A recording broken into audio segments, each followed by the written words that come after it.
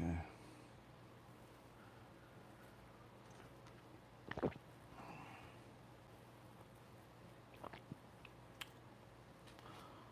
Just on a minute. Shalom Aleichem.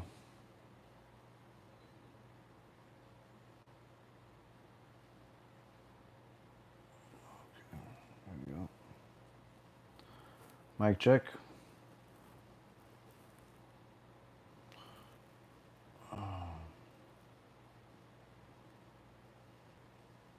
Okay.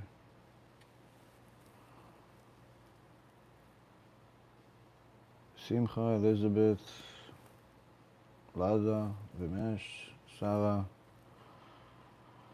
Baruch, Untouched, don't know who you are. Welcome. All the other tzaddikim.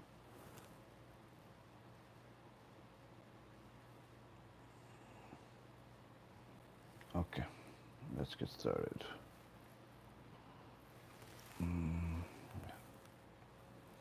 B'Shem Hashem Na'aseh v'Natzliach, Shiur Torah, Bruchim Habayim. We're back here on our Tuesday night War of Amalek series, where Baruch Hashem, we have the privilege, the zchut, to learn the words of Rav Elchanan Wasserman as if he is saying it to us today. And tonight, I think more than ever, we'll see literally the words of the living God, the words of the Torah coming to life through Rav Elchanan Wasserman, through this extraordinary writing that was written literally nearly a century ago. And you'll see it how relevant and how applicable it is for us today.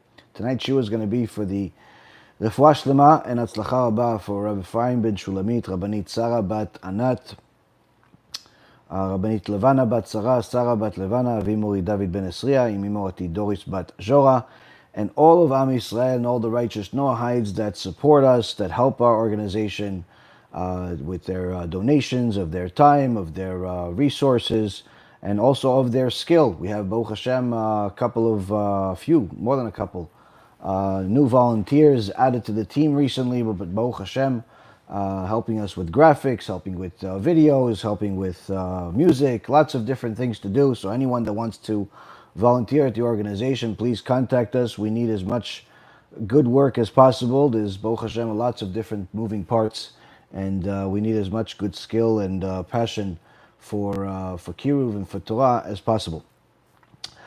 With that being said, Rabotai, I want to remind everyone that everyone has an opportunity to fulfill the mitzvah of destroying Amalek by ordering a box of books, at least one box, if not more, of these books from our Kiruv store for free.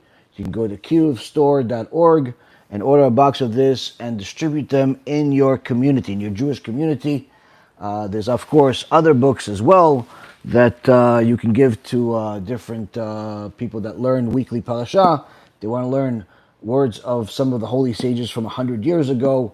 Rabbi Yakim, one of the Gedolei Ador, one of the Geonim of the past 100 years. Well, of course, we have also Rabbi Efraim's book, Rabbi Sharvit's book, and soon we're going to have also some copies of my books, which we ran out of stock, but we're getting some new stock, not much, but we're getting some of it back very soon, BeEzrat HaShem. And of course, you could always get the Asher Yatzar posters that are always good to distribute in your community. Everyone loves these. You see them everywhere. You see them in your restaurants. You see them in people's houses. Simply a box of posters where you put this on the wall outside of the bathroom and say the blessing right after HaKadosh Baruch Hu blessed you with the ability to relieve yourself. This is one of the greatest ways to get to fulfill this gula of not only doing the will of Hashem, but also saying thank you to Hashem and to fulfill this gula. They'll give you refuah shlema. They'll give you good health. So this is also available, BeEzrat HaShem. And of course, there's always new items coming up on the store. Go to kiruvstore.org. And anyone that wants to donate and support, you can donate on our website, BeEzratHashem.org. With that being said, Rabotai, we're going to get right into it. And we titled this shiur an interesting title, chutzpah of the last generation. I don't necessarily need to explain what chutzpah is. Most Jews and non-Jews have heard the word chutzpah. In so many words, it's similar to the word nerve, to be somebody that is obnoxious, somebody that is in essence, breaking the line of being cordial, crossing the line, I should say. The sages tell us, and we're going to go into it later on in Gemara Masechet Sotah, it's also in Masechet Sanhedrin, and pretty much everywhere where the sages tell us the different prophecies of what will be in the last generation before Mashiach, in that last generation where we're fighting Amalek, there's going to be an obnoxious amount of chutzpah, meaning there's always been chutzpah. There's always been specific people that have chutzpah, but in the last generation we find ourselves in, it's going to be elevated to the maximum in all of history. And in fact, Rabotai, we have to ask ourselves, what does that have to do with the war of Amalek? To begin, we have to also look at what's happening in the world today. How did someone like the heretic Manis Friedman become the new Rebbe of Chabad? Now, of course, if you ask Chabadniks who's the Rebbe, they're always going to tell you it's the Lubavitcher Rebbe. But in reality, when you look at what's being publicized out there, what's being pushed out there, it's not the Lubavitcher Rebbe's Torah. It's not the Lubavitcher Rebbe's teachings of whether it be the Rambam or his Sichot, but rather you see constantly the heresy of Manis Friedman being pushed. All different types of heresies, and you see one parrot after another saying they are representing Chassidut of Chabad, but in reality all they're doing is representing Manis Friedman. How did such a heretic become a leader, become in essence a Rebbe, if you will, of Chabad? Now, you could ask the same question about any other heretic in history that became a leader of the enemies of the Torah. To this and more, Rabbi Elchanan Wasserman's War of Amalek series is going to address word for word, as if Rabbi Elchanan is with us fighting the battles of today. While there's always much to learn from the Torah and from the ancient words of the sages, it's even more shocking when we see these holy words of Torah come to life in our lives. In section 27, Chaf Zayin, in the Kuntres, Omer Ani Ma'asai Lamelech by Rabbi Elchanan Wasserman, he says as follows: V'tzarich lidaod, we must know more. Further, Ki yesh leyetzer hara bechanuto kol minei schorot sheba'olam, that the yetzer hara, the evil inclination, the Satan, has in his store all types of merchandise. What does it mean, all types of merchandise? Akol lefi tzorech hamakom ve'hasha'ah. The Satan's store of merchandise, of tools to fight the Torah, to destroy neshamot, that store is endless. To what extent, says Rabbi Elchanan Wasserman? To the extent where he always has the hottest tools available at the right place at the right time. Now, the genius knowledge of the Satan is very rarely appreciated by the average person until they think about it, because the Satan knows with perfection all of our weak points. All of the weak points of a person. He knows how to touch that nerve, to switch that trigger that will make a person break. If a person has a yetzer hara for money, then the Satan will come to him with those tests. Whether it's going to be somebody asking him for tzedakah right after he lost some money in the stock market, or he lost a business deal, and somebody's asking him for tzedakah, somebody's asking him for help. Oh, come on, no, I don't have time. But you have a lot of money. So, okay, you lost money in the stock market, you lost money in a real estate deal, but you still have enough money to help this poor fellow. But the Satan comes, dafka at that moment. If a person has a tava for money, the Yitzhak will come to him with all types of jobs that represent a big reward, but also a big gehenom, like the cash advance business that we've been fighting against for several years now.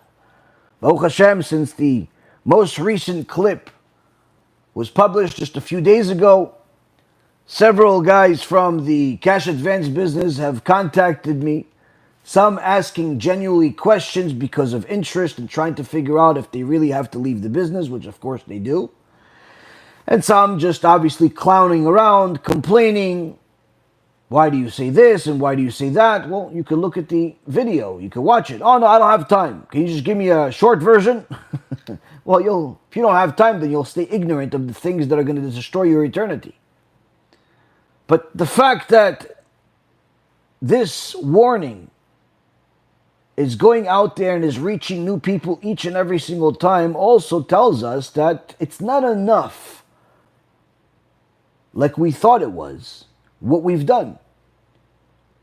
We made so many different shiurim about wigs and how they come from idolatry, to the point where we have a whole guide to show people all the different proofs, whether it's halachic proofs, visual proofs, lecture format, book format, there's all types of things. But yet, there's still people that come with questions every day. Oh, is it allowed to wear a wig? I heard you say no. Well, didn't you see the dozens of shurim that I've done? No, I haven't. So just because you did something in the past doesn't mean it's enough. And of course, it doesn't mean it's that another yo-yo is not going to come out there and make a halachic shiur, or at least that's what he calls it, an halachic shiur, saying how not only is allowed to wear a wig, but it's allowed to wear a wig that comes from India. Because he concludes to his ignorant crowd that there is something called a sfek sfeka, double doubt. And the person that sent it to me, I said, there's only one thing in this entire 10-minute or so video that he said right, which is what he said in the beginning, which is that he should not be talking about this. That's the only thing that he said right. Because the rest of what he said clearly shows he does not know how to paskin halacha. He's not fit, he's not qualified. To say double doubt on isur deoraita, on a biblical sin, simply shows you have no idea what the rules of psak halacha are. You're reading the Shulchan Aruch as if you're reading some Harry Potter book. And unfortunately, many people think that just because somebody has a big book in front of them, a long beard, a big kippah, perhaps a few peyot, everything grows by itself, or you can get for a few dollars, people think, oh, that's a chacham. He even calls himself rabbi. And unfortunately, Rabotai, Rav Elchanan Wasserman warns us specifically about those people. It's not enough what you've done over the last decade or 2 decades or 3 decades. You have to repeat it. You have to say it again. Why? Because there are certain people that have not heard it, have not seen it, or there's just simply new clowns, new heretics, new liberals that pretend to be Orthodox that are going to confuse people even more, that you have to address constantly. And that's why every time we come out with a new clip about wigs, as more people do tshuva. Every time we come out with another clip about the wasting seed, more people do tshuva. Every time we come out with another clip, another shiur about the cash advance, more people do tshuva. And it's a fight that has to continue over and over again until Mashiach comes. While you may be tired of hearing, or me being tired of saying, some of the same things, even though we try not to repeat ourselves and always bring something new, Baruch Hashem. The reality is, Rabotai, the Satan knows exactly what is the hottest merchandise to sell to fool people. He knows the exact time, the exact place, the exact community, the exact place in your heart, to such an extent that the moment you have any type of financial struggle, family struggle, emotional struggle, the Satan will say, well, you know, maybe you didn't have these problems before you became religious. Maybe you didn't have these problems before you converted to Judaism. Maybe you didn't have these problems before you did this, and that to get closer to Hashem. He'll try to do whatever he can to blame God. He'll try to do whatever he can to blame a mitzvah. How can you go do this mitzvah and go pray if you can do business instead? How can you go do this mitzvah and learn for a few hours and without talking if your wife needs you? What, you're not going to answer? Is that shlom bayit? Is that what Hashem wants? And he'll do whatever he can to touch that nerve.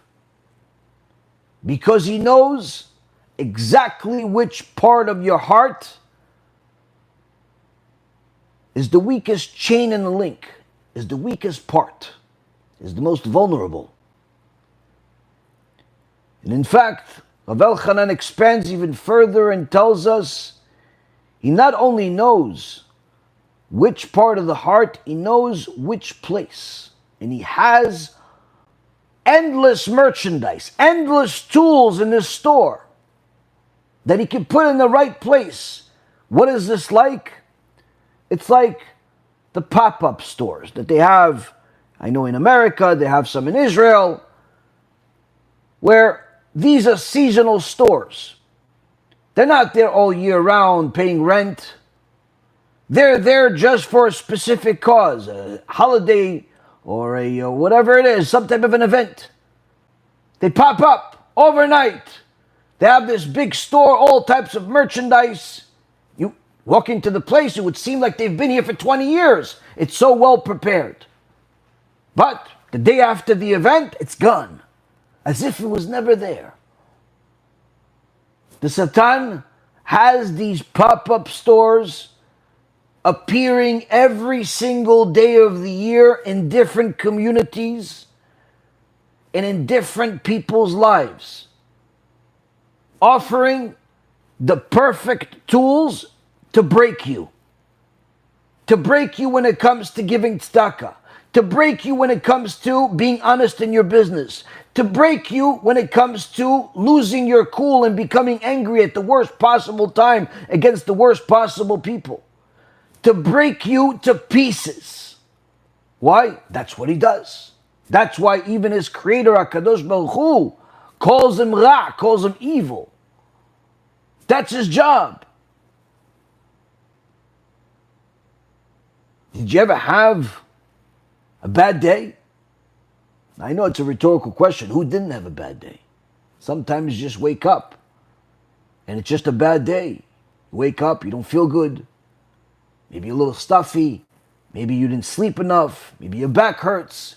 Maybe you woke up from a bad dream. Whatever the reason is.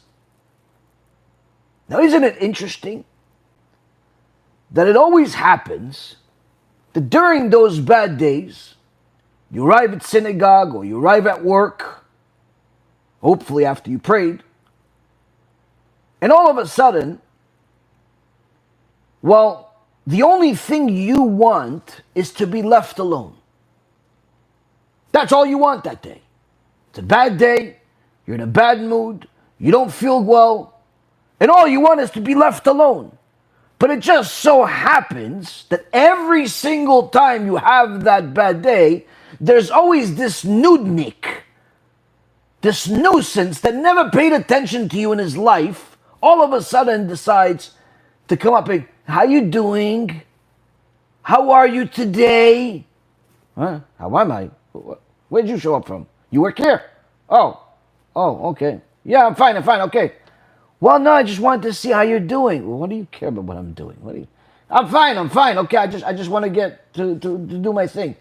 Oh. Did you speak to your parents recently? What? Why do you care if I spoke to my parents?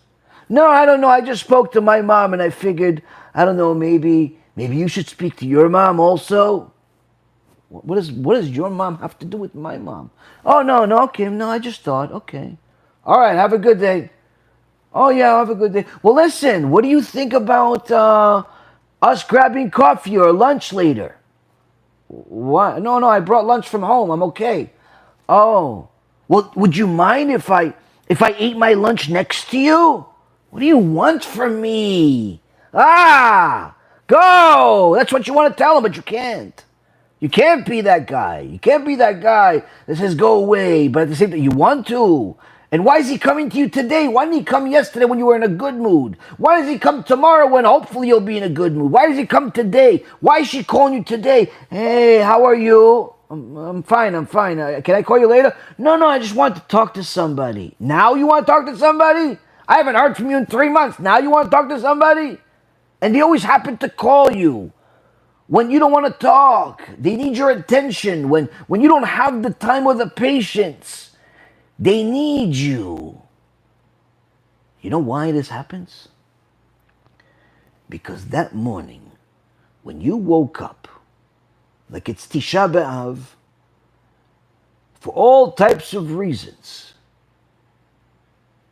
you woke up pretty much opening the windows to your soul and letting the Satan know, this is my weak point.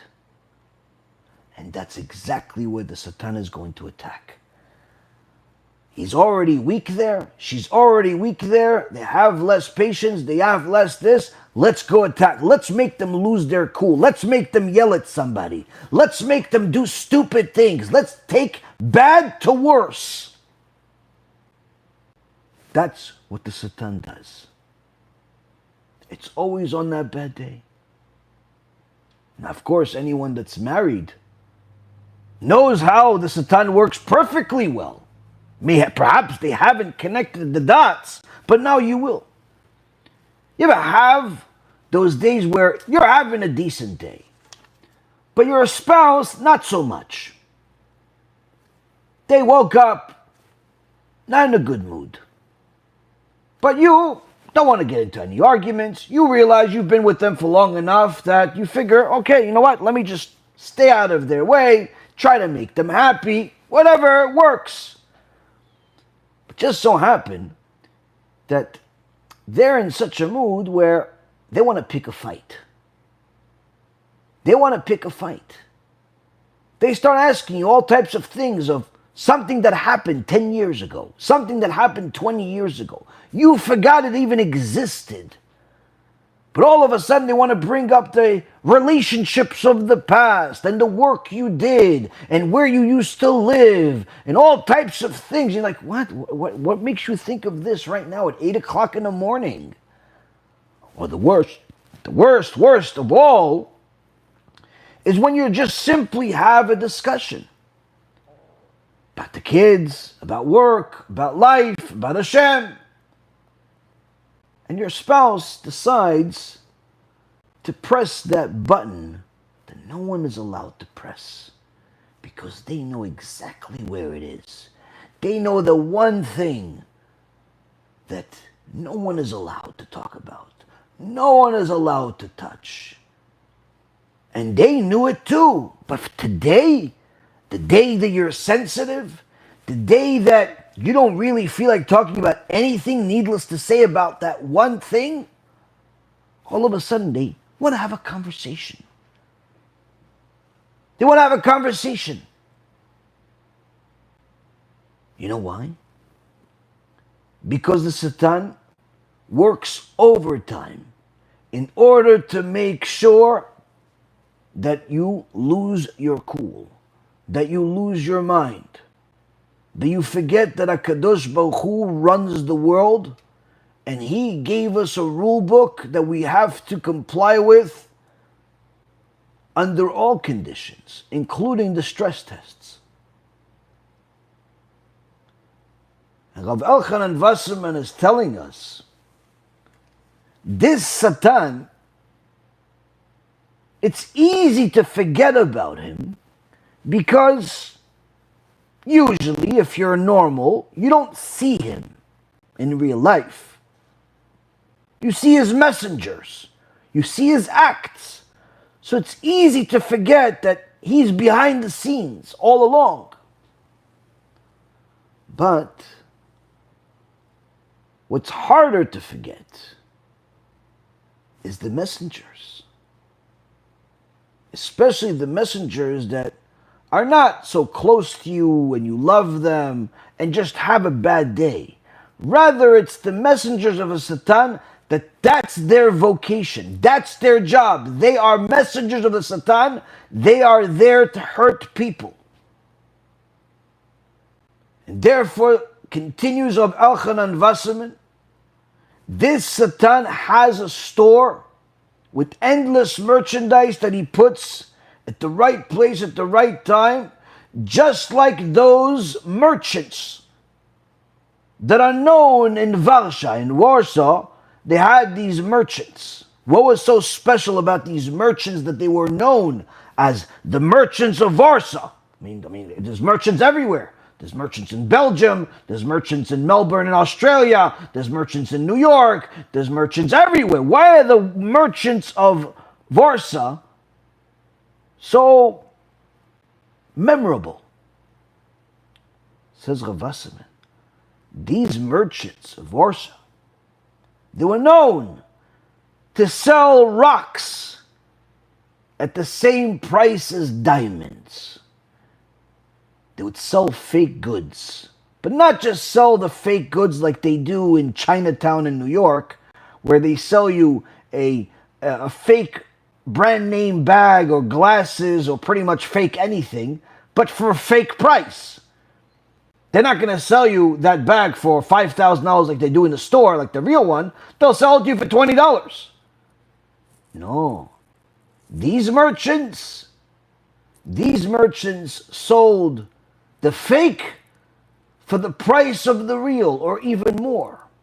Unfortunately, like some people do in different industries. And today, more than ever, this stuff is being exposed, where people that made a name for themselves in the jewelry business were caught selling fake diamonds to their customers, selling $200,000 worth of jewelry, but in reality it was only worth maybe $50, $100. Same goes in a lot of other industries. People sell fake goods, but usually don't make a name for themselves that way. Usually they do a lot of good business, and once in a while people cheat. But there are some types of cheaters that they scam for a living.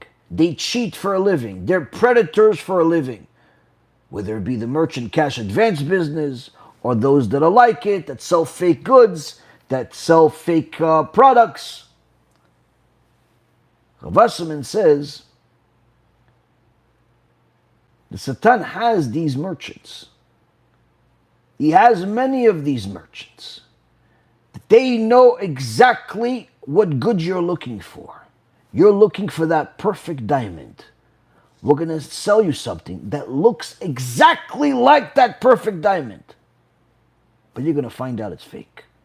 You're going to find out that it's not only fake, it's explosive. And he says, just like there are those merchants that sell these fake goods, the Yetzer Hara also has other merchants that call themselves Rabbanim. They call themselves rabbis.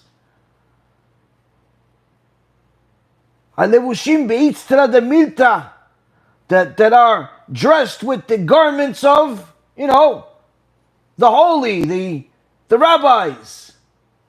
They have the uniform, they have the frock, they have the hat. They look like they're part of the Rabbanan, they're part of the great assembly there. But in reality, says Rav Wasserman, these rabbis, they're not really rabbis. They're merchants of the Satan. But how do they succeed? How do they get this way?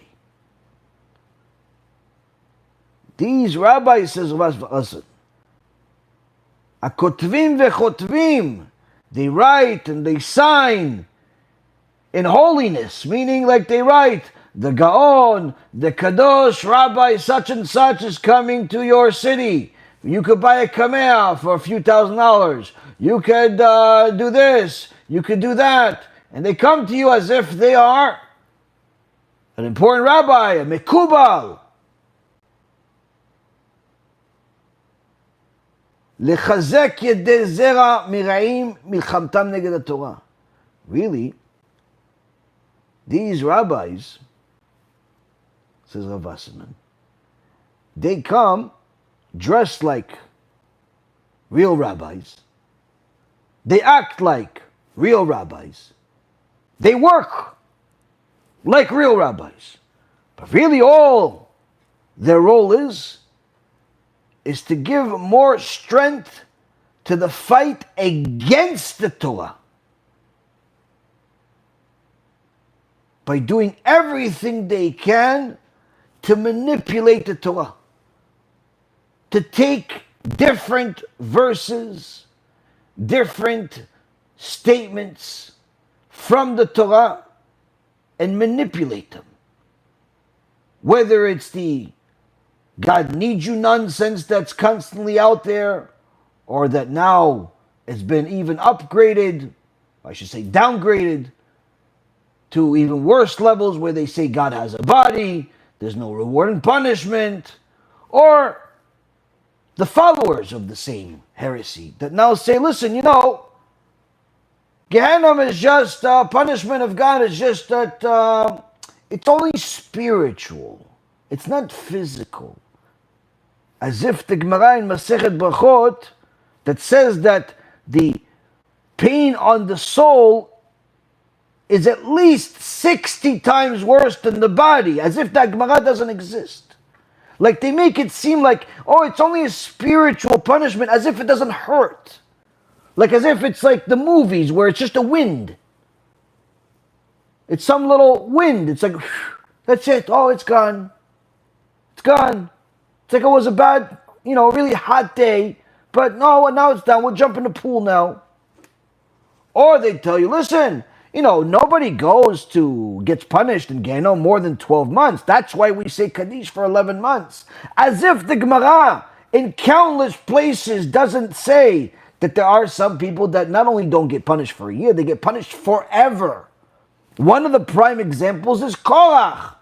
Korach that's literally in the Torah that actually says he's still there today, 3,335 years later. Last I checked, 3,335 is more than 12 months. But they give these lectures trying to pacify the crowd, trying to appease everyone, trying to make it seem as if everything is okay. No one is so bad. And they manipulate one law after another. Some are big, like saying that literally that certain things that are outright forbidden in the Torah are allowed. I just heard from one of my students that they have a family member that converted to Judaism under the understanding that Orthodox Judaism, apparently according to their heretical teachers, that Orthodox Judaism simply canceled out part of the mitzvot and therefore it's now allowed to be part of the rainbow people. There's no problem. It's as if you say you're allowed to be a religious Jew without believing in God. There's literally nothing stupider than that. But there are people that teach this. They didn't just find this from themselves. They didn't invent this themselves. Why do you think there are so many so-called religious Jews that donate the stolen money, the money that literally is blood, sweat, and tears that they robbed people from in the cash advance business and other corrupt businesses, and they donate the money to different so-called rabbis or organizations. Why do you think that happens? Because those very same rabbis said it's okay to do whatever you want. Just don't cheat me. I've even had people come to me from the cash advance business telling me, listen, Rabbi, everything you said is right. Just something that threw me off, that confused me, was that why did the rabbi that I asked the question also give me money so I could lend his money out at 50 and 100%? Meaning he had some money saved up from whatever he got it from. And he said, listen, your business, yeah, it's good. Can you also lend? I'll give you $100,000 and you lend it and you make 100% on it and give me 50%. He said, Rabbi, that confused me. If the rabbi tells me, listen, not only is it okay to be in cash advance, you could also lend my money out too. I thought it was perfect until I heard what you showed. I read the book until I saw what you said. The Satan has many merchants, many messengers. And Rav Wasserman says, these messengers pretend to be rabbis. They pretend by wearing the garments, by having the title, by having the hat, by looking the part, and even by giving each other the compliments and the honor as if they are chachamim.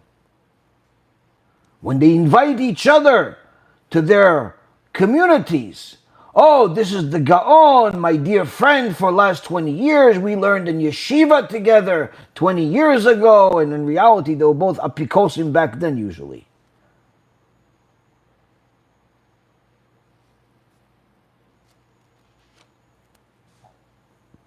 But the bigger problem is that this happened back then and it's still happening now. One of the reasons, says Rav Wasserman, is that יש שלומדים זכות על הרבנים האלו, כי שטותם מכפרת על שיטתם.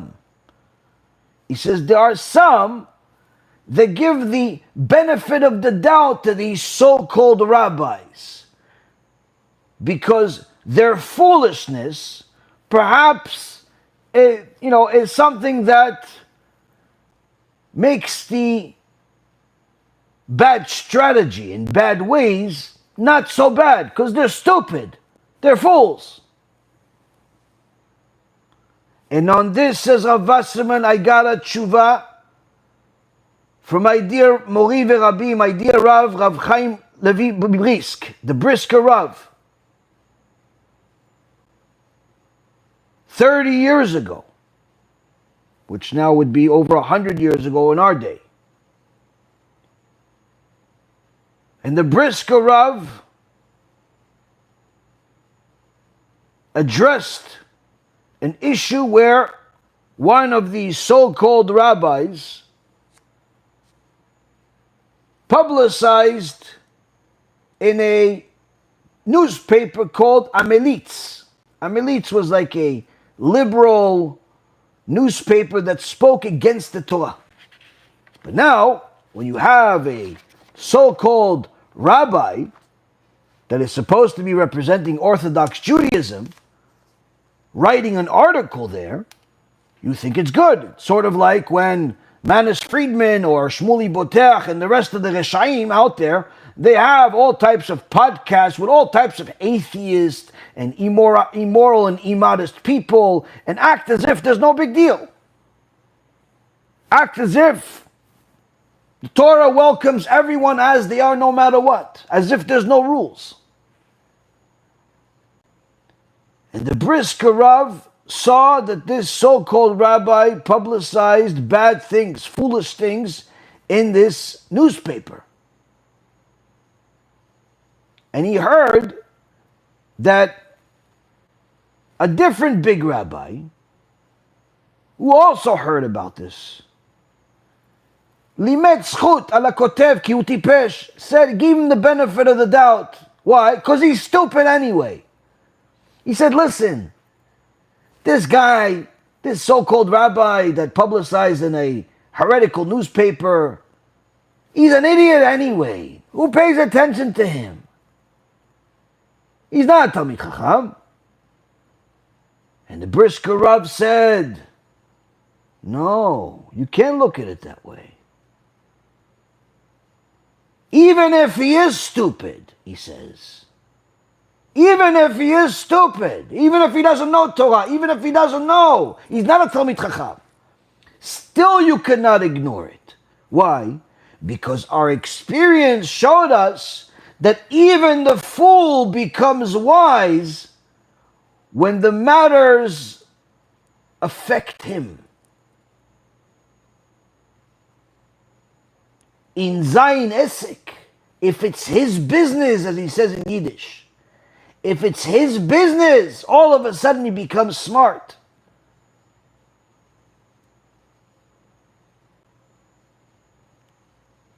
A person can be a fool in everything. He doesn't know how to fix anything, how to have a normal conversation with anyone. But when it comes to his business, he knows everything there is to know about it. He can tell you everything about it, the history of it, who, what, when, how. That's how it is. Because the business of a person, that's their life. And therefore, says the Brisker Rav, because we know this, we have an obligation to publicize against this so-called rabbi that his business is not the Torah. Meaning that when you see that somebody that calls themselves a rabbi or a religious blogger or YouTuber or whatever it is, and you see this person exposing their foolishness by speaking against the Torah, such as by speaking against Gdolei Yisrael, insulting the Torah giants of this generation or past generation, by admiring the secular and the foreign religions,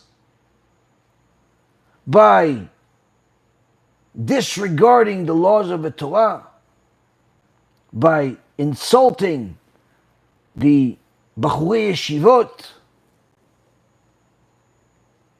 When you see that somebody that calls themselves a rabbi, or religious leader, or even somebody that has an opinion that he publicizes, and you see that person exposing their foolishness by speaking against the Torah, the one thing that you can conclude from that is that the Torah is not their business, even if they make business from the Torah.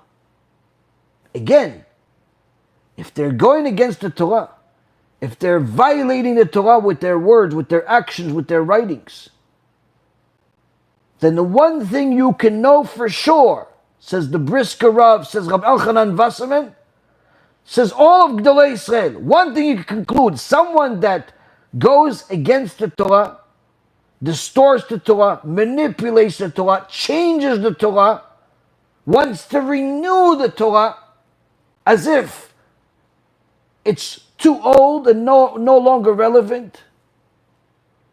The one thing you can conclude is that the Torah is not their business. It's not theirs. Even if they make business out of the Torah, meaning even if they make money out of their podcasts and out of their nonsensical books and out of their lectures and out of their interviews and all the products they have, even if they say they are representing the Torah and they make money from the Torah and they teach Torah, if they're manipulating the Torah, then the Torah is not really theirs. What it is, says Rav Wasserman, in reality, this is a foreign business. foreign business for them. And therefore, one that shows his foolishness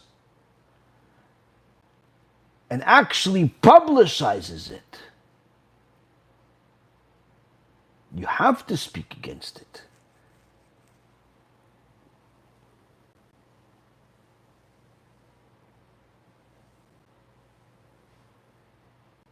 Because what he's doing, umitapesh,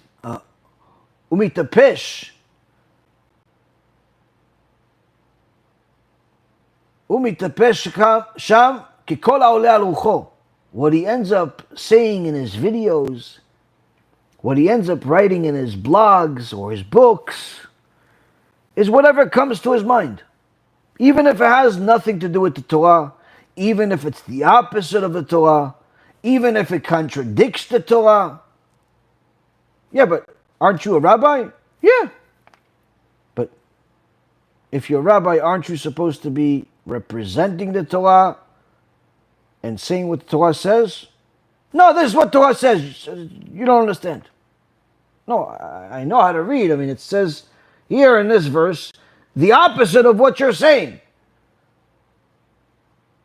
No, you don't understand. It's too deep. It's too deep. What do you conclude? The Torah is not their business. Manipulation is. So they make money from the Torah. But the Torah is not their business, meaning it's not theirs. They don't live it. Now, this is something that a person can really understand when they think about their own business or career.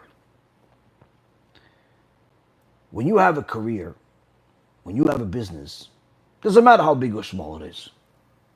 Even if you're only in it for 2-3 years, that business becomes your baby.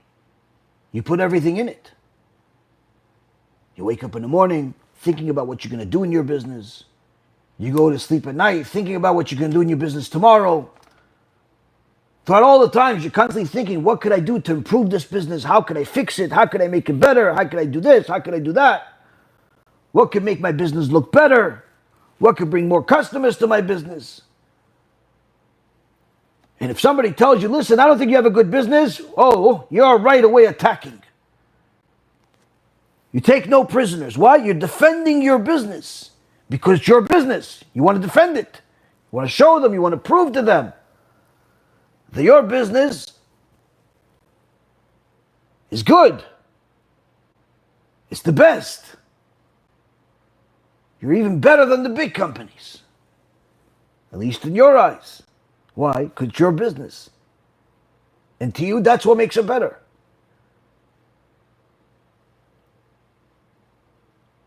The same concept goes, if somebody makes the Torah his, meaning they live by it, they sleep by it, they dream it, they do it, everything that has to do with them connects to the Torah. The way they wake up in the morning, the way they address people, the way they help people, the way they speak, the way they do business, who they choose to marry, how they raise their children, where they choose to live, every part of their life has to do with the Torah. And every free moment they have, they continue to learn more. So when they hear somebody speaking against the Torah, if the Torah really became part of them, they cannot tolerate such a thing. They have to defend the Torah. They have to defend the Torah under all costs. That's why David HaMelech says, if you love God, you'll hate wicked people. You'll hate the liars. You'll hate the people that manipulate the Torah.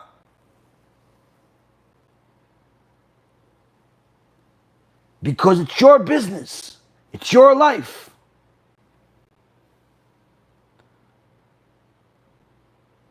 But Rav Wasserman continues and says, all of this is also happening in our days, meaning these problems that the Brisker Rav had to deal with, that the Malbim had to deal with, that Gdolei Yisrael had to deal with in previous centuries, where there was these so-called rabbis that really were manipulators and heretics. We've had to deal with it throughout all of history. He says we still have to deal with it now, and needless to say, we have to deal with it still now. V'kacha gam b'yamenu elu. He says right now we have the same types of people who write b'shem Torah, who write, their writings in the name of a Torah, lilchom neged a Torah, in order to fight against the Torah. They write in the name of a Torah in order to fight against the Torah. This you can see from people that try to make a stage for themselves by addressing something controversial that Gdolei Yisrael already said, it's settled, it's done, no need to discuss any further. It's done. But he's going to come and start giving a whole series of lectures about why he thinks the swordfish is kosher. Yeah, but Gdolei Yisrael already said it's not kosher. But he is not only going to manipulate the Torah with his words, he's going to show an example of how he makes a whole video about how he thinks that everyone is wrong, all the Torah giants are wrong, and he is right. And to prove how confident he is, he actually cooks a swordfish and eats it with his students or his victims. Or another person that will tell you things that literally violate the 13 principles of faith. But he says, no, this is the truth. So nobody knew it until now. The Rambam didn't know it. The Rabbi Yosef Karo didn't know it. The Arizal didn't know it. Nobody knew it. All of the Gedolim in the past 100 years, Rav Elyashiv, the Stipler Gaon, Rav Ovadia Yosef, Rav Kanievsky, the Leshem, Chafetz Chaim, nobody knew it until you. Everybody waited for you. He wants to make himself a stage. He wants to tell you that, no. This is allowed. Yeah, but everybody says it's not allowed. No, they were just exaggerating. It was just musar. But really, they didn't really mean it. What kind of musar they don't really mean? I don't understand. Why would they say it if it's not true? If it's not musar, it's a lie. No, you don't understand. It's deep. No, I understand. I understand. I understand that you have no idea what you're talking about. That's what I understand. And anytime you have no answer, you just say it's deep. It's a deep lie. That's what it is. It's a very, very deep lie. It's so deep that your entire world of lies depends on it. On people buying the lies. And unfortunately, Rabotai, this is not just in the days of Rav Wasserman, this is in our days. One of our own Dayanim, Rav Didi, recently made a video against some so-called rabbi that made a video about literally allowing swordfish, when Gdolei Yisrael said no. Of course, there are different heretics in different places. There's one guy that literally says that anyone that, throughout all of history, we're not even talking about just today, throughout all of history, that follows the Zohar Kadosh, meaning including the Arizal, Rabbi Chaim Vital, Rabbi Yosef Karo, all of the Gdolim, anyone that listens, reads, follows the Zohar Kadosh, he considers him an idol worshiper. And this is a guy that considers himself a rabbi. In reality, he used to work in the cash advance business and most likely still works in the cash advance business till today. What's the connection? A crook is a crook. He just pretends to be a rabbi now. And even when big rabbis try to speak and explain, you're wrong, doesn't care. Doesn't care. Wasserman then continues and says, one of the most critical points, שכבר הגיע המצב, that the situation has gone to such a point, שאין צורך עוד לשלוחי היצר הרע בהסמכותיהם של הרבנים, ויכלו לעבוד עבודתם בלי מפריע, כי יש להם גדולים משלהם, דוקטורים ופרופסורים עד בלי די. He says it's gone to such a point already in his day that the typical merchants of the Satan that would usually be liberals, reformers, that would hire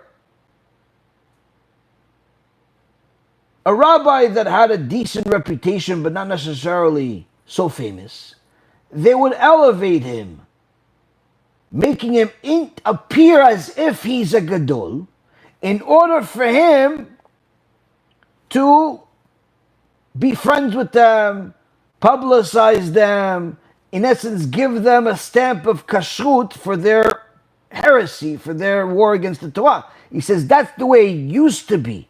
He says now it's no longer like that, because these actual merchants of the Satan have gotten so bad that they themselves have become rabbis, who are now also even doctors and professors, who look up to doctors and professors.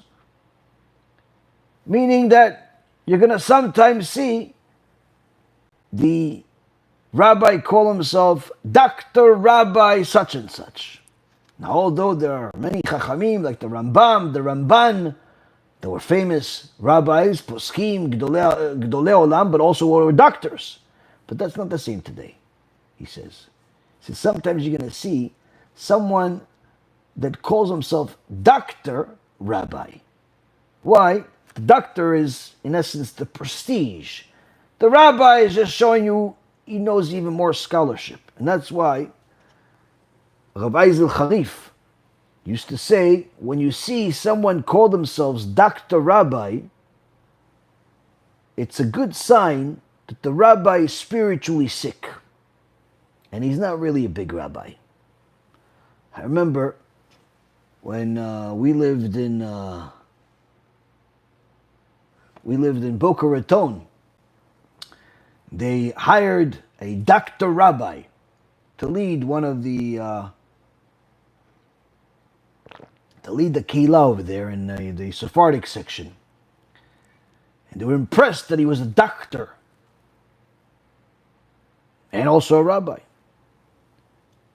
And he wanted to appease them no matter what, even if they did things that are against the Torah, like having a Kohen that's intermarried, be the Baal Koreh, and all types of other things that clearly were problematic, but he wanted to appease them. He wanted to become one of the people, thinking that that's going to build the community, that's going to strengthen them, until they eventually threw him out. And they continue doing whatever they want, but now they have the permission of the Dr. Rabbi that allowed them to do it all this time.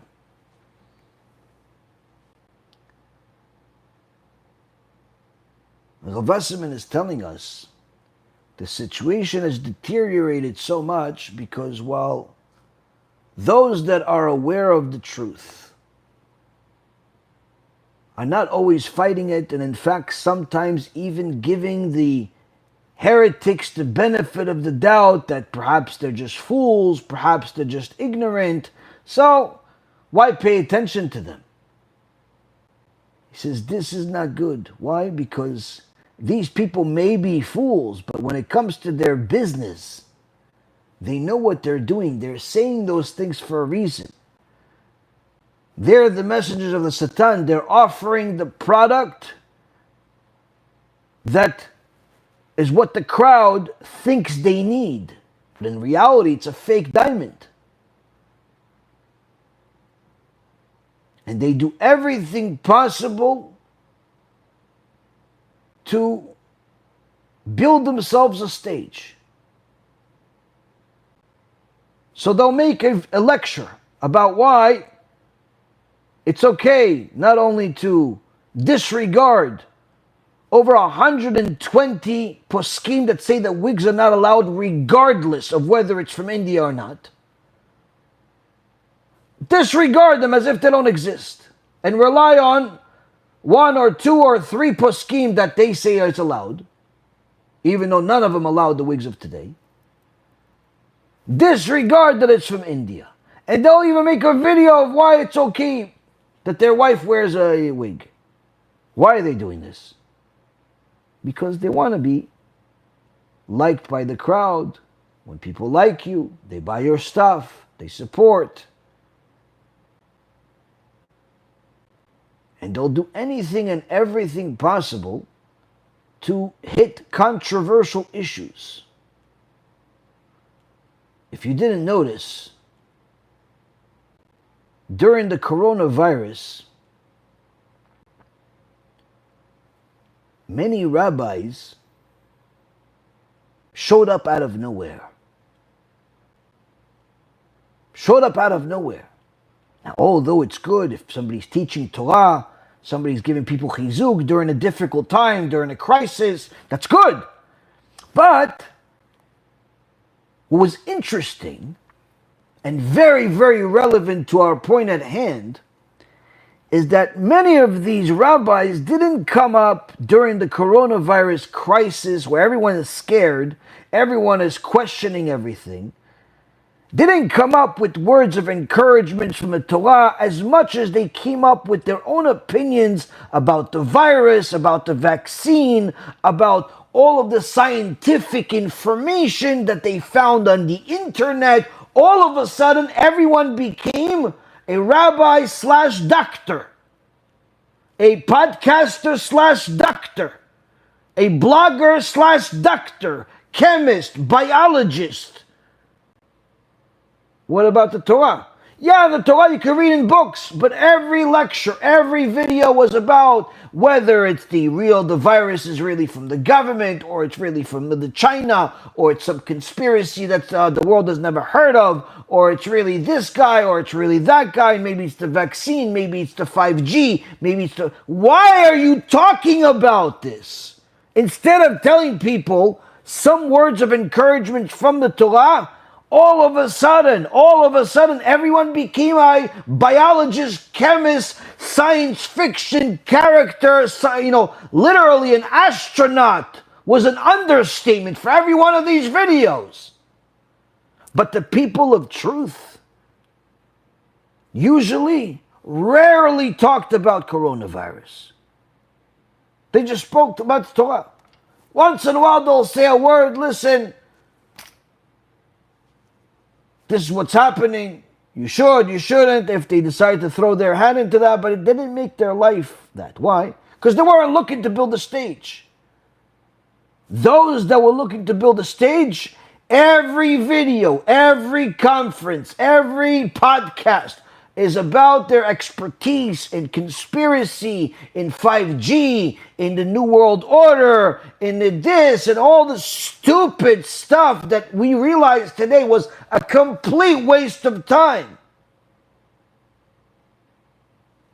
Rav Elchanan Wasserman says there are going to be some people that make business out of the Torah. But it's not because the Torah is their business.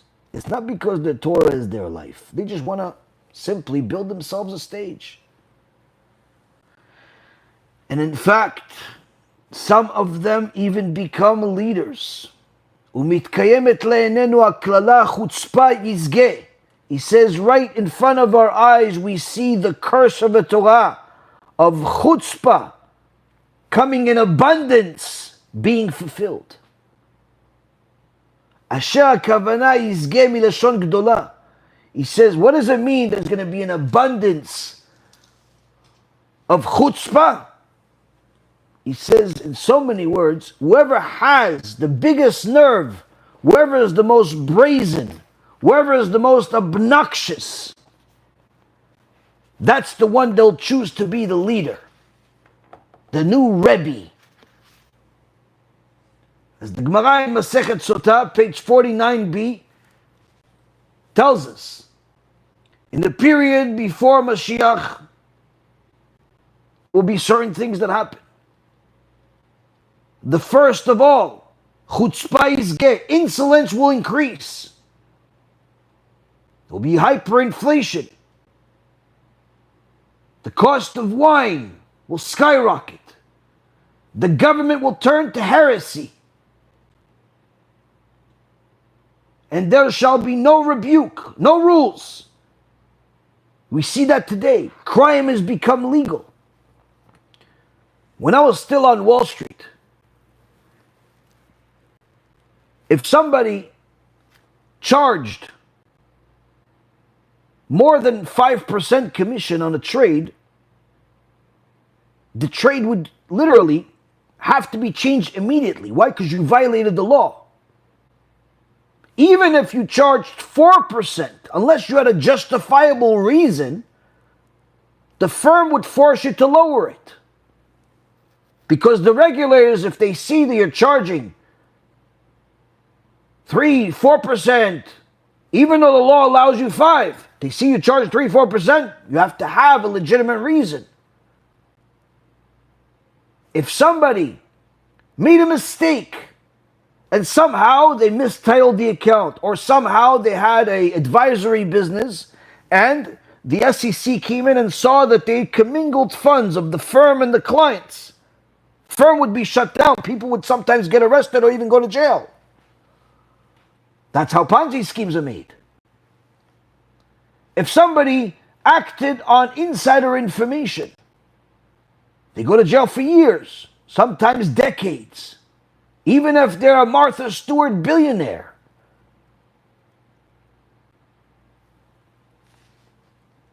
But the worst of all is if somebody committed fraud. If somebody committed fraud, they manipulated a security of some kind, they stole from people, that's it. That's the end of the show. It's not only they're no longer able to ever be in the securities business again, the investment business again, but they go to jail and they have a really long statement. They have a really, really long sentence. That was just a decade ago. Today, Rabotai, what's happening with cryptocurrency? Literally, crime has become legal to such an extent that people start all types of fake cryptocurrencies. They pretend as if they're real. They promote them as if they're real. They get people to invest tens of millions or even hundreds of millions of dollars, in some cases even billions of dollars. And then they literally suck out all the money out of this Bitcoin, out of this cryptocurrency in an instant. Not even something that takes days or months or years. Literally in an instant. 98% of the fake security goes to nothing. Now, if that wasn't bad enough, you would think, okay, so these people probably did it and then they hide. No, they don't hide. They make videos about how they just stole a bunch of money from people. They're proud of it. And in fact, they do it again and again. And virtually nothing happens to these people. The only time people get in trouble is if they commit other crimes, like wire fraud or all types of other things. But the reality is, right now, crime has become legal. That's what the Gemara is saying. It's not just that there was going to be insolence that will increase and there's going to be a government full of heresy. No, it's also going to be no rules. No rules, Rabotai, no rules. No rules even in the secular business rules. Nothing. They create rules to break the rules.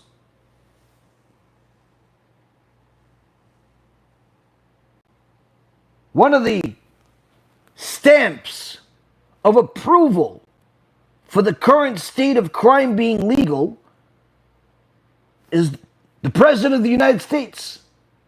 His whole family is very deep into the crypto business industry to such an extent that he and his wife launched cryptocurrencies just a couple of days before he became president.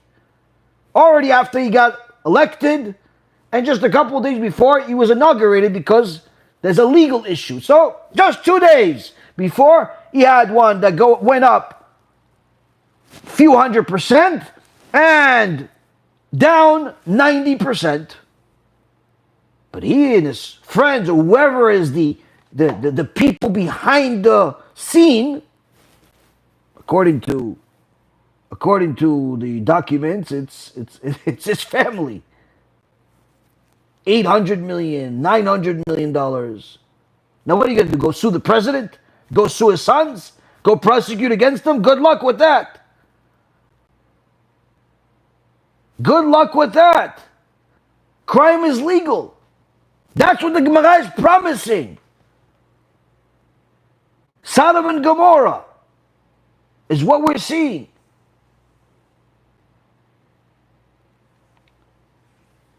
But the reality is, Rabotai, that while the world is turning upside down, the most relevant part is what's happening to those that are supposed to be representing the Torah, those that are supposed to be representing the truth, those that are supposed to be representing God. There, Rav Elchanan Wasserman says you have to be very, very careful. Why? Because in this generation, before Mashiach comes, there's going to be a lot of fakers. And those fakers are going to look as real and as authentic as you can imagine. And in fact, what's going to make them look greater in people's eyes is that the more brazen they are, the more people will admire them. The more chutzpah they have to change the rules, to modernize the rules, to manipulate the rules. The more brazen they are, the more people are going to think, wow, he must be very holy. He must be a chacham. Because the same Gemara, on page 41, Masechet Sotah, says in the name of Rabbi Shimon ben Chalafta, that from the day that the power of flattery prevailed, meaning when the people flattered the leader, in those days, Agrippa, judgments became perverted, actions became corrupted, the persons were not liable to say anything to their fellow. In so many words, what Rabbi Shimon ben Chalafta says, that in past generations, everything went to the garbage in society when people started praising the Trumps of the world, the philosophers of the world, the politicians of the world, instead of praising Moshe Rabbeinu, instead of praising Rabbi Akiva, instead of praising the current modern day Chachamim. When you start admiring people that are immoral, people that are idol worshippers, people that are living the opposite life of our Torah, it already shows that people do not have an understanding of what a real leader is. And therefore, they'll become much more vulnerable to the false leaders, even within the world of Torah. So they'll fall for the trap of the most brazen, most obnoxious, biggest chutzpah person like Manis and like the others that follow in the same footsteps as him. Why? Because instead of praising real chachamim, real tzaddikim, they praise podcasters and presidents. So of course you'll be vulnerable to also praise some heretic that pretends to be a chassid. Why him? Because he's the biggest chutzpahdik. He has the most amount of chutzpah. And he says, Ki liyot gadol biyamenu en tzarich ela chutzpah. He says, in our days, needless to say, in our days, to be a gadol, all you need is chutzpah. ולפי ערך גודל החוצפה, יגדל ערך האדם. And based on the level of chutzpah that this person has, the more chutzpah he has, the more people will actually value him and appreciate him and look up to him. Which is the opposite of what they're supposed to do. It's looking up to the messenger of the Satan. כאשר אנו רואים עתה במנהגיהם החדשים, like we see right now in their new ways, their new beliefs, their new teachings that are foreign to the Torah. We see from their acts, אשר מימיהם לא עשו דבר טוב, that these people have never done a single good thing. ולא נעשו למנהיגי הדור, and no one ever made them into the leaders of the generation, אלא בשביל חוצפתם. The only reason why they became leaders is because of their chutzpah. Meaning, you see this guy, what good has he done? Is he feeding the poor? Is there actual real proof of people that have transformed their life and started becoming from Jews that actually have Yirat Shamayim? Is there any major chachamim that actually praise this person and say he's a real chacham? Is there any good this person has done other than praise the wicked and rub elbows with the wicked? No. So how did he become a gadol? Because of his chutzpah. Because of his chutzpah. Rav Wasserman is telling us that in past generations, these liberals would find a rabbi and turn him into a gadol in order to give the rest of the criminals a way in. He says today it's much worse. Today the biggest criminal has become a rabbi, just like they have in Israel's Supreme Court. The chief judge of the Supreme Court in Israel is a criminal, literally a criminal. Made himself judge. But that same criminal says that any Bachur Yeshiva that doesn't go to the army is a criminal. Can you believe the chutzpah here?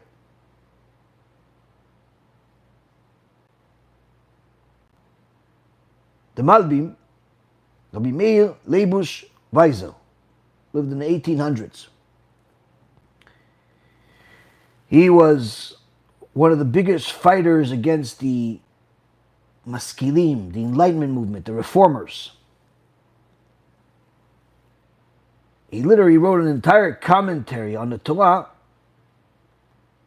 just as a way to defend the Torah against these heretics. And he paid attention to all the details. But unfortunately, just because the rabbi pays attention to all the details doesn't necessarily mean that all the students understand.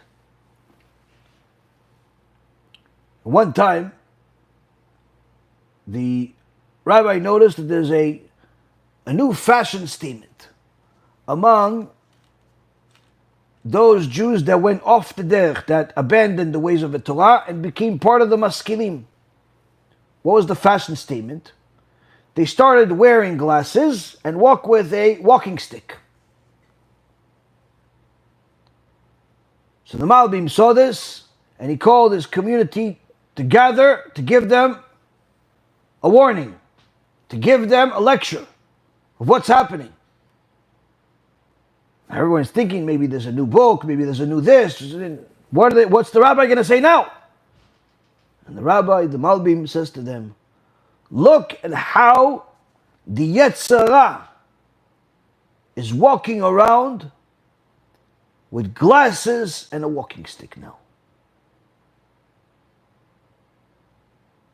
So one of the people in the crowd said, Rabbi, what do you care that these maskilim are walking around with glasses and a walking stick?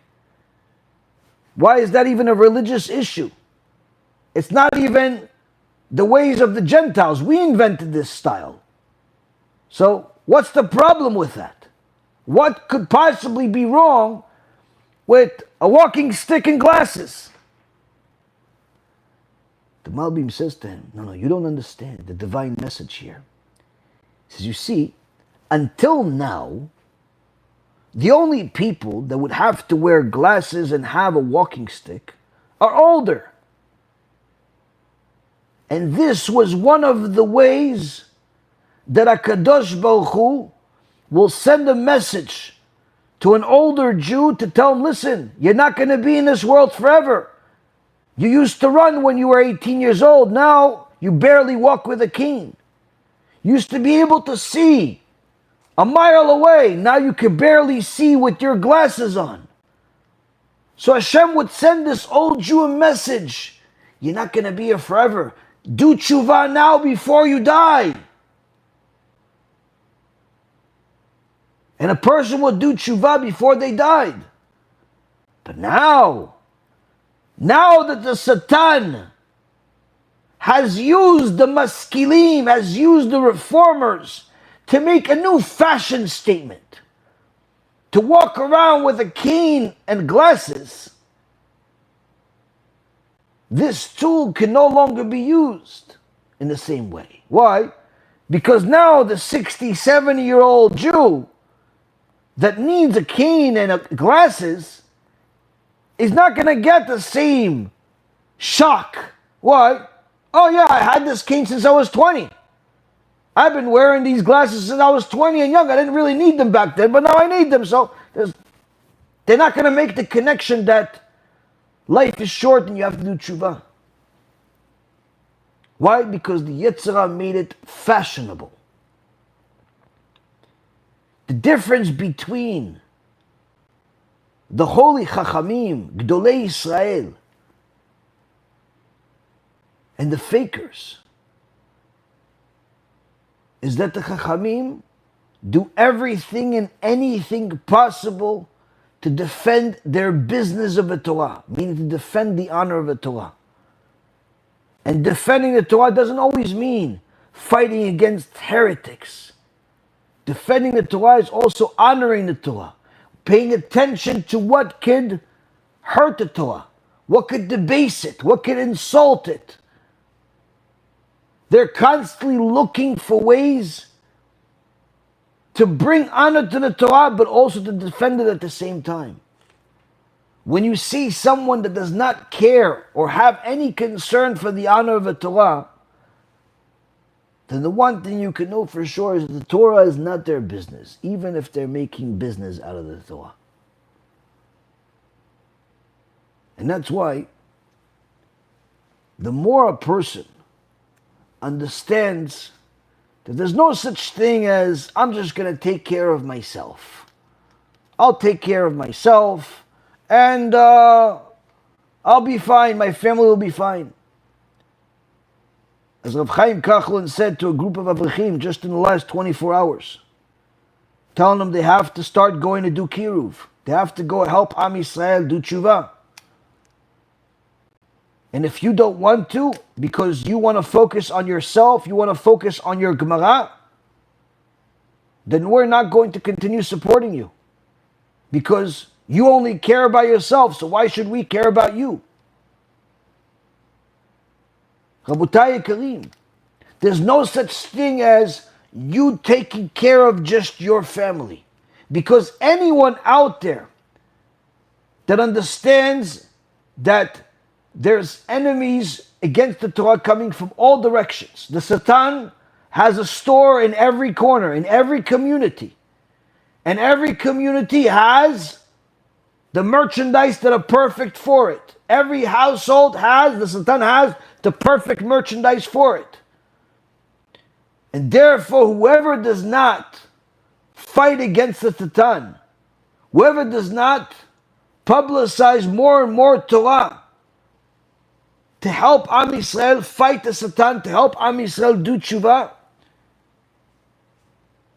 then they are making themselves vulnerable. Because the Satan sees, if you're not defending Am Yisrael, then you yourself are not even strong enough to defend yourself. And those people usually become the first victims of the Satan in different ways. Rabbi Elchanan Wasserman wrote these holy words nearly a century ago. But each time I look at them, I look over my shoulder, I see the picture of Rav Wasserman right there. And I'm telling you, it feels like he just wrote it now. But that's the Torah, Rabbi. When the Torah is your business, HaKadosh Baruch Hu brings it to life in front of your eyes. When the Torah is something you made into a business in order to build yourself a stage, then not only does the Torah does not come to life, but it only brings evil to the world. And as the Gemara says, if he merited and the Torah came to life, the Torah becomes Samachayim, the Torah becomes the drug of life. If he didn't merit, the Torah becomes the drug of death, it becomes poisonous. May HaKadosh Baruch Hu always merit us to have the drug of life, that's the Torah. To always know the truth, live the truth, publicize the truth, and to also merit having all of the Talmidim, all of the fans, all of the supporters, all of the people that are watching each and every single shiur also take that upon themselves. To publicize the lectures, to publicize the books, to publicize the truth, and not be selfish. Because, Chabutai Karim, selfish people become victims. You defend Am Yisrael, HaKadosh Baruch Hu will defend you.